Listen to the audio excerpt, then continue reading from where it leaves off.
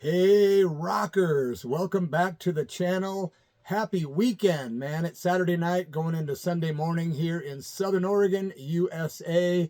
A little over an hour away from the Northern California border down here in extreme Southern Oregon.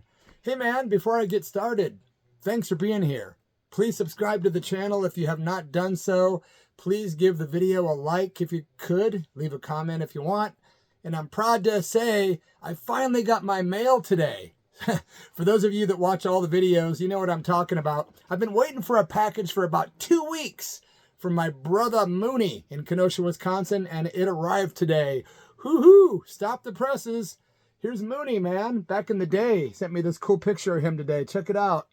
The man, the myth, the legend. Legendary drummer and all-around great dude. Mooney, love you, man. Got your package today. Once again, the Moon Man. Yeah, one of the greatest drummers in punk rock history. And you can check out the 1096 No Retreat album on YouTube because we're never going to let this music die, are we? So, going to tell you guys a little story that's a little bit sad and also very funny. So, let's get to the sad part. Back in 2009, my mother died in January. And it was devastating to me and to my family, especially to my stepfather, who had been married to my mother since 1979. And what a guy. He got into my life when I just turned 13. And man, the hell ride I put that guy through during my years of alcoholism and crazy stuff. I can't count the number of times my stepfather, David Ledley, that was my stepfather, he had to pick me up out of jail so many times. He had to bail me out of jail so many times. He would come and rescue me when I got in drunken car accidents. He would come and get me out of jail. There was a few times I even had to bang on the door at 5 in the morning after being beaten by people and blood coming out of my face. And he'd be like, holy crap, what's this dude doing now? One time I remember I was prank calling a friend of mine that was an ex-friend. We had a falling out. For some stupid teenage reason, I decided to start calling him in the middle of the night and pranking him. Well, he figured out who it was, and he said, I'm coming down to your house to kick your ass. You're done for, bloody. And I'm like, okay. Well, about 5 minutes later, it's like 4 in the morning, and this dude's outside my front door. So in order to keep my parents from waking up, I went outside and fought this guy, and right then, Stepdad Dave wakes up and walks out and just politely watches me and this guy fight. It was a bummer, but it happened so many times over the years. So shout out, rest in peace, and nothing but love and respect to the memory of my stepfather, Dave. He treated my mother great. He took care of us. And all I can say is that he's gone now too. And he is definitely missed. And when my mother died, it created a big void in everyone's lives, especially his, because all of a sudden this guy that had this, lifelong partner since the 70s was alone. And his health was deteriorating because he fell off a couple of ladders at work. He did a lot of labor stuff for different companies, and he was up on a ladder and he fell off twice and it kind of injured his head. So his mental health went rapidly downhill before my mother died, right? And she always told me to look after him, which I did. Anyway, he started sinking into a really dark place, man. He would stay home alone, he'd leave the lights off, just watch TV and just be depressed. Never really reaching out. So myself and my daughter Audrey would go up there as often as we could to, see him, take care of him, check in on him, invite him down to the house for dinners and stuff like that.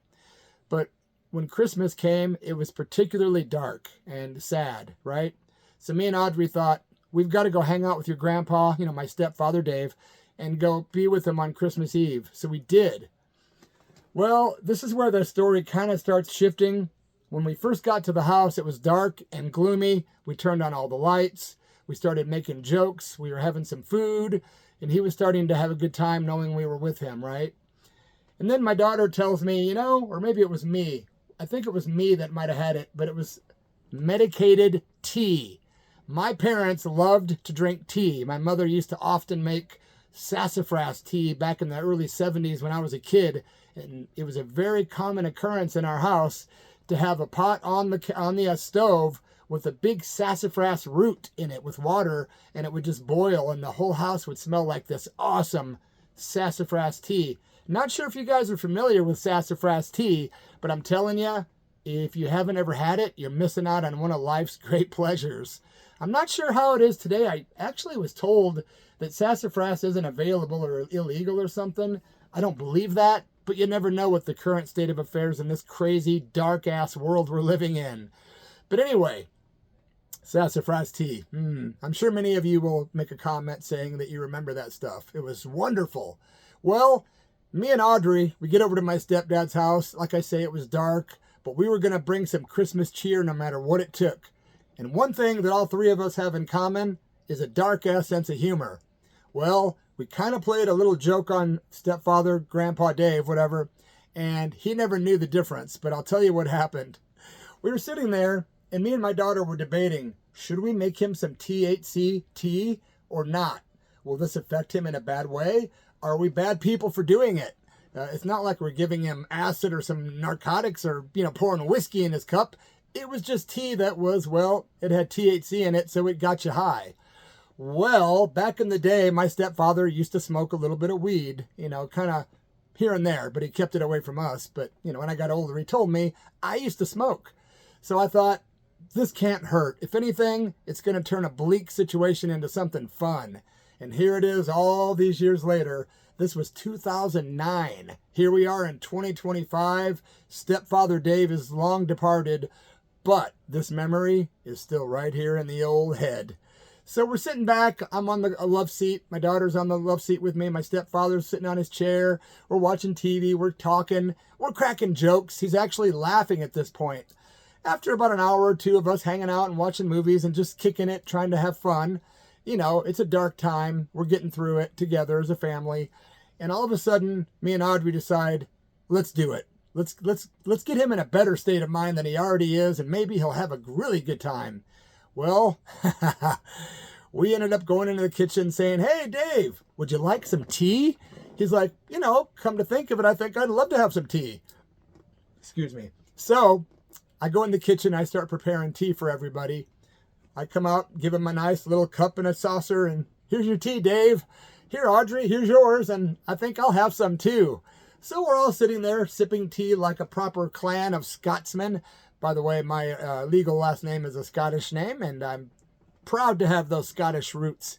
And I have some Scottish subscribers on this channel that I'll shout out right now.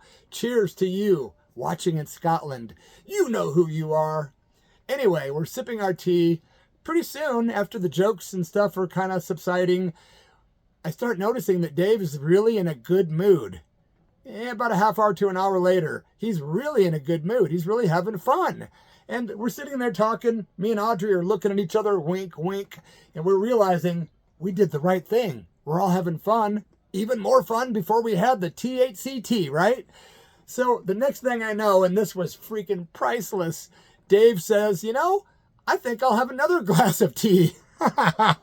And Audrey and me are looking at each other and cracking up. And he's like, what's so funny, you guys? We're like, I'm just happy that you're in a good mood. I'm happy to be here. It's Merry Christmas, man. He's like, Merry Christmas. And so we're making do. We're getting through this very dark time in our lives.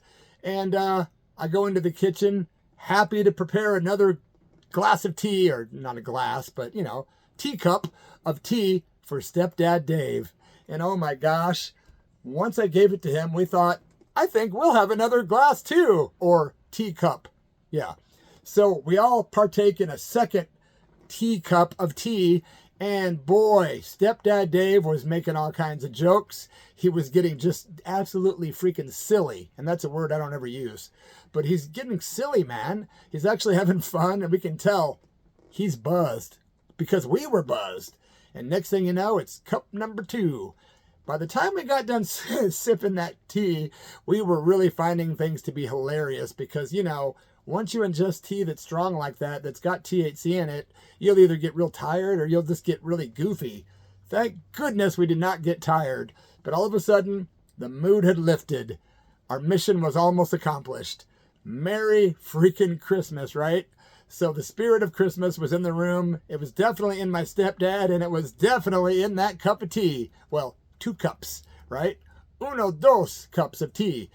It was a great time, man. It's one of those memories that me and my daughter still talk about to this day. even though it's a small tale, it was very poignant, it was very, it was a catalyst for him having a good time in life and not just being depressed. I know the night meant a lot to him to be there with us, but to see him sipping that THC tea, we did not have the heart because we thought it was a little uncool to slip somebody some, weed tea without telling them. So we thought, let's not say anything because he might overthink it. He might end up having a bummer when we leave. Let's just let the guy be in a good mood. And I remember we were watching the movie Elf with Will Ferrell, one of my daughter's favorite Christmas movies. By the way, I have 2 daughters. Jessica's the oldest. Audrey's the youngest. Audrey was really into the movie Elf. Still is. Pretty much every year we watch Elf. It is quite hysterical, but on THC Tea, it was more than hysterical. Stepdad Dave was laughing his ass off. We were making jokes, and I just want to say we sure did make merry on that Christmas of 2009. My friends, thanks for listening to my tale. It wasn't a long one, but it was another one for the book. Yeah, people keep saying, why don't you write a book? I'm like, haven't you seen my videos? This is my book. I don't want to pay to get it printed. I don't want to have to find a distributor. If I do videos, this reaches people in like dozens of countries all at once, guys. So this video you're watching is just another small chapter of the book I'm not writing. But when I die, which could be tomorrow, could be 50 years from now, if the internet's still up and running, people can still read my book by watching these videos. I've got some stuff that I'm hawking. Of course, I saved it for the end in case you want to tune out and not be subject to my sales pitches. But I'm trying to make a few bucks, and I've got these Bloody Mess in the Scabs t-shirts from our 1989 debut EP on Mephisto Records. I've got some of these left in medium, large, and extra large.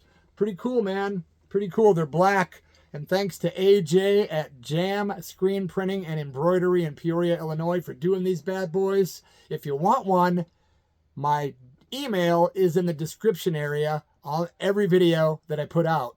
But if you want to write it down now, it's D as in dog, the word Moody, M-O-O-D-Y, 41.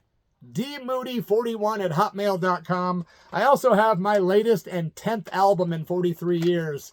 Dark Days Unfazed, available on CD on Fanatic Records and on cassette tape via Bird Eater Entertainment. I've got maybe 8-10 copies of each of those left. And by the way, this features a lot of guest stars from the Plasmatics guys to Don Bowles and the Germs to Jordan Longmire to a lot of my personal great friends like Dave Moe and Ren and Austin Weiss, Lisa Leathers. Oh man, so many good people on here. Sister Tracy's on it. Paul Rossler produced it from the Screamers and 45 Grave. And one last item that I'm pitching before I say goodbye.